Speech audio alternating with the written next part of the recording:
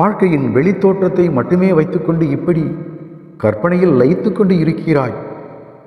உன் கற்பனைகளை நான் தவறு என்று சொல்லவில்லை. அவைகள் அனைத்தும் உன் நிஜ வாழ்க்கையில் இடம்பெற வேண்டும் என்பதே என் விருப்பம். அதற்காகத்தான் நல் வழிகளை நான் உருவாக்கி கொண்டு இருக்கிறேன். உன் கனவுகளெல்லாம் உண்மையில் நடந்துவிட வேண்டும். அதன் மூலம் நீ சந்தோஷமாக வாழ வேண்டும். அதுதான் என் ஆசை.